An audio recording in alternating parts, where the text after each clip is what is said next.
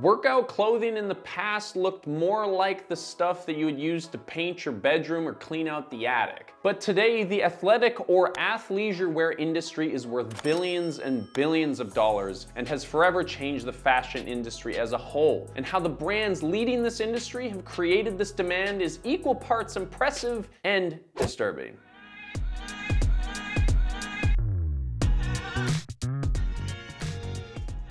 Now, to start this story off, I think we need to remind y'all just how quickly this phenomenon has blown up. Back when Arnold Schwarzenegger was pumping iron, the idea of getting into shape was not really something that the average person did. Even when I was in high school, I remember when P90X was released and it was kind of like a big deal. But since Tony Horton's DVD box set, things have changed significantly. Gym culture has exploded, and nowadays a lot of people work out or go to the gym regularly, and it's not a huge deal. But the weird thing is, while I'm sure a lot of these gym goers and CrossFit enthusiasts are there genuinely for the purposes of health and well-being, we cannot deny that a big part of this trend's growth is because being a gym goer has become fashionable. Brands like Lululemon, Gymshark, and Fabletics have taken over gyms and yoga studios, promising the body of your dreams if you just outfit yourself with the right look before you walk in there. We've already made a video about Lululemon and how they practically invented women's athleisure wear, which you should definitely watch later, sort of like a prequel to this video. But they paved the way for a frankly absurd world of workout fashion that we see today. Now, I did not know this, but apparently we have designer brands in the athleisure market. Versace and Balenciaga are now offering you the opportunity to buy a $3,000 tracksuit jacket to jog around the block in, which seems great and perfect and not excessive at all. And the thing is, there are new brands and labels box jumping up out all over the place to try and capture some of this post-workout cookie dough flavored shake. Probably the most hyped and most cunning new player in this industry is Gymshark. Okay, so unlike Lululemon, which sort of like founded athleisure, Gymshark didn't actually innovate anything or invent something specific. The story of Gymshark is what happens when the fitness industry hit the internet. Ben Francis was apparently just a guy doing what he loved when he accidentally created a billion-dollar brand. And I do mean accidentally. There was no like strategic thing. It wasn't really like a well thought out decision, if I'm completely honest. It's every millennial's dream story. Ben can probably even afford his own house at this point. Now, by his own account, Ben is just a guy who loves gyms, computers, and YouTube, and who wasn't satisfied with the athletic wear available in the UK in the early 2010s. So he and his buddies made their own workout clothes, and they handed them out to their favorite YouTubers just because they wanted to. And then they somehow inadvertently invented modern influencer marketing. Now listen, product endorsements have been around since the Roman gladiators in the Colosseum apparently, which is kind of awesome. But within a decade, influencer marketing has gone from basically unheard of to a $20 billion industry, having tripled in value since 2019. Yes, you heard that right. That is billion with a B, dollars a year, bribing influencers to sell you stuff. Now, the nature of influencer marketing is that it works extremely well for certain kinds of products, and Gymshark just happened to be a perfect fit. They were really just lucky to be the first ones to do it at this level. Now, we've talked about influencer marketing a bunch on this channel with various different companies, but I want to talk a little bit about it specifically in this video. See, influencer advertising, unlike traditional marketing, is relationship-based, and it taps into a deep aspirational need to fit in with others. Psychologists have been warning us for years of the potential for platforms like Instagram to warp our perception of ourselves and reality, because I don't want to be the person to break this to you, but Instagram is not actually the real world.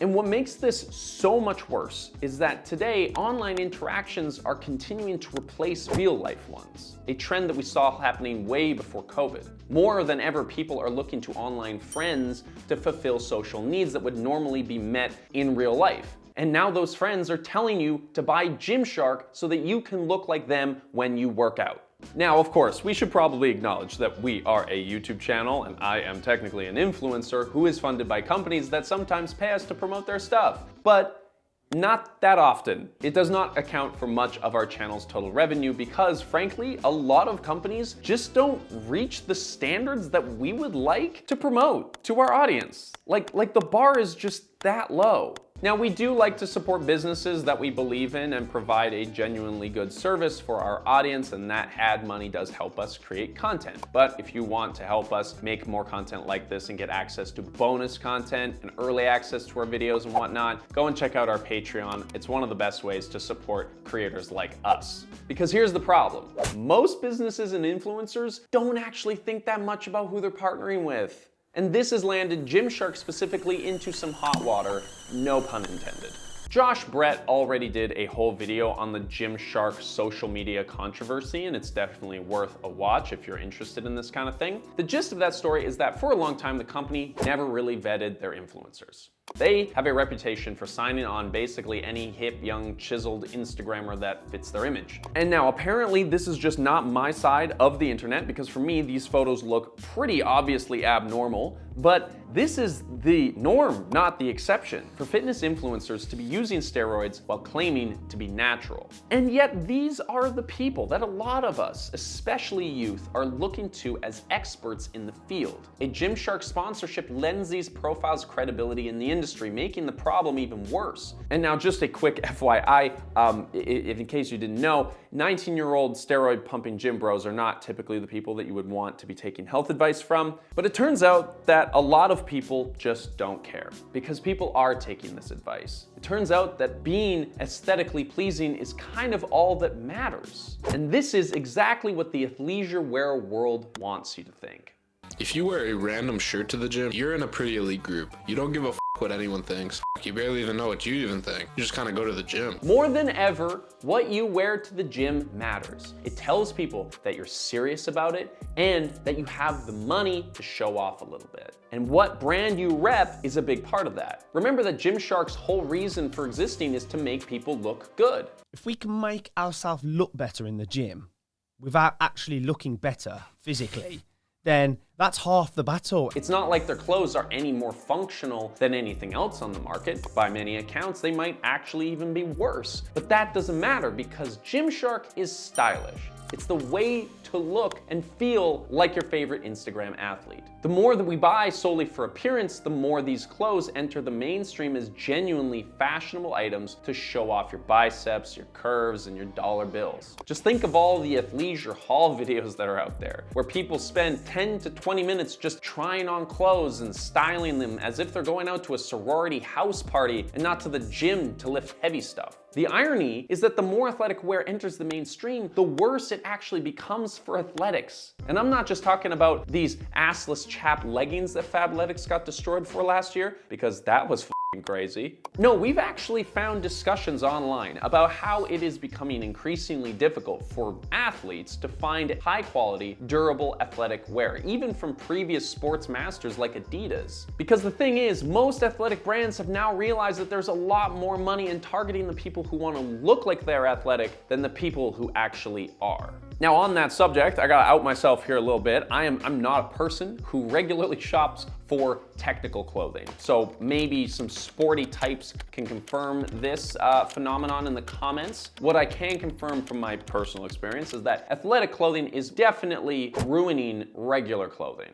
Athleisure has completely infiltrated the fashion world. And listen, I'm not going to complain about it, because you know what? I love to wear a hoodie, and apparently it's socially acceptable to do that all the time now. So that's awesome. But this is not just about how our version of the 20s is significantly less swaggy than the 1920s so far. Clothing is getting worse because of this athletics influence. The thing about athletic wear is that it is, at least on paper, technical clothing designed for a specific purpose in mind, enhancing your sporting abilities when you wear it. And this has meant lots of innovative technology. And the only way that we've been able to engineer a breathable, moisture-wicking, thermoregulating, quick-drying, flexible, washable, water-repellent, UV-blocking, odor-reducing, butt-enhancing garment is through some very sketchy materials. Basically, all sportswear today is made out of some combination of synthetics. Fabrics like polyester, nylon, Gore-Tex, and spandex, which is lycra or elastane, is in every single piece of clothing that you buy these days. Now, we've already beat the Gore-Tex horse dead in a couple of previous videos, so we're gonna skirt over that one. But honestly, this entire story is just more of the same.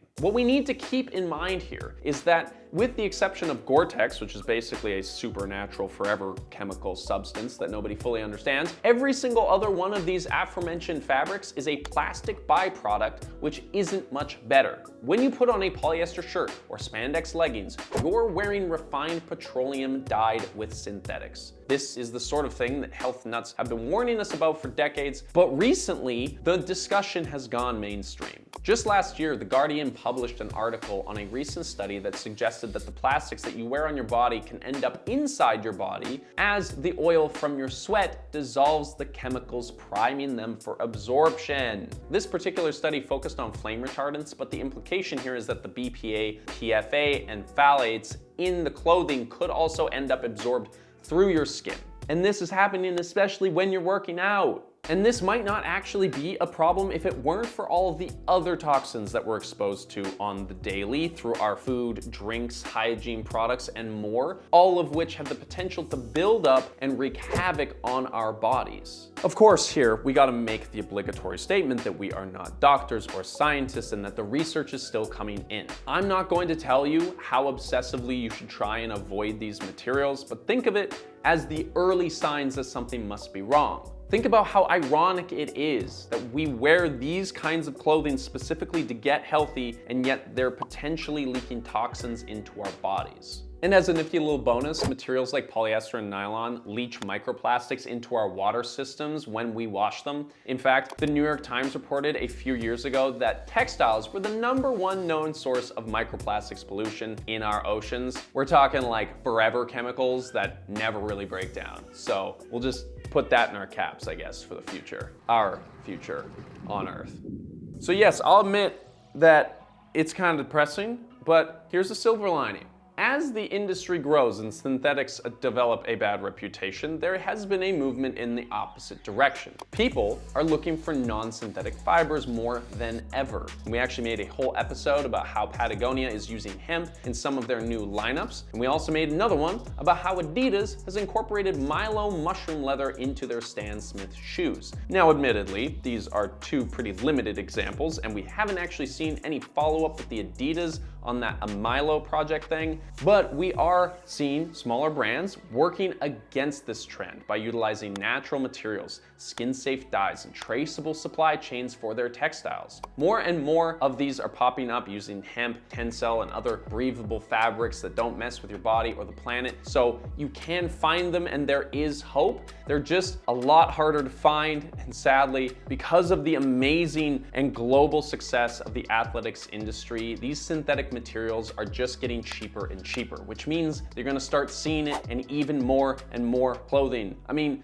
remember when jeans used to just be jeans and now you can work out in frickin' Wranglers? We have these big fancy athletic brands to thank for it, and hopefully you have seen this video now and you've convinced yourself that maybe you don't need to support them. Work out wearing what you already have. I mean, why do you need to go and buy $400 worth of clothes that you're just gonna get sweaty in? But regardless of what you're working out in, I want to thank you for showing up to today's episode. And if you want to see more, like and subscribe to see more of them every single week.